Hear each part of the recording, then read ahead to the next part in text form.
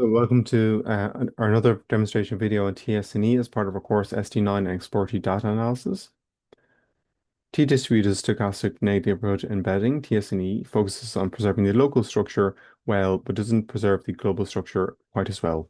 It tries to compress complex data into a 2D plot, and this is dependent on the number of neighbors that any particular point has. So this is very good for things like flow cytometry data, single cell sequencing data, where you want to look at tight clusters, um, but maybe less effective when you have many, many samples or you're interested in the overall structure. Um, uh, because tSNE can be slow on very large data sets, it's sometimes useful to reduce the number of dimensions initially with PCA or similar uh, methods, and then run tSNE on the PCA data. A key parameter in using tSNE is perplexity. So perplexity controls how many neighbors each point may have. It kind of is proportional to the number of samples you have. If you have more samples, you can have higher perplexity. If you have lower samples, you might have low perplexity because you can't really have it higher if you have few samples. So if it's low perplexity, you have very local tiny clusters that may fragment groups. Medium perplexity, you might 20 to 50 ones, and that's a good default for most data sets. Hyperplexy is more global, the clusters may emerge. And we need perplexity to be less than the number of samples divided by 3.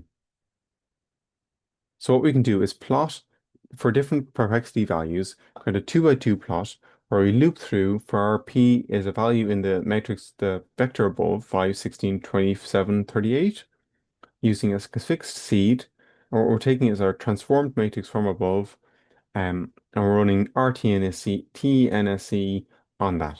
We're then plotting our data here for particular points, and we're plotting our different groups as before with our labels, and we're trying to see how they're different from each other. So let's plot this and see what we get at the end. We couldn't find the function tSNE, so what we can do then is just put a question mark around that function and see in which package it came from. So what we can see is we add the function tSNE in there to specify the package from which it comes. That should make things more easy. So we can run through that loop and it should produce 4 plots. It may take some time to do all the plots, but we can see there are 4 plots showing how the perplexity may affect the different outputs that we get.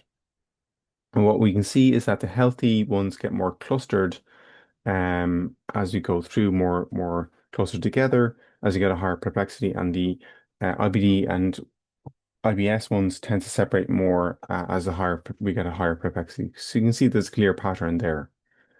Um, so if we try the perplexity equals to 27, which is this bottom lower one here, we can then do our plot like that, just specifying the package that we're using. We can run that, and then we can visualize that in the same way. And we can see the bit like the PCA that we've got a tight cluster of healthy ones and some separation between the IBD and IBS ones. Note that the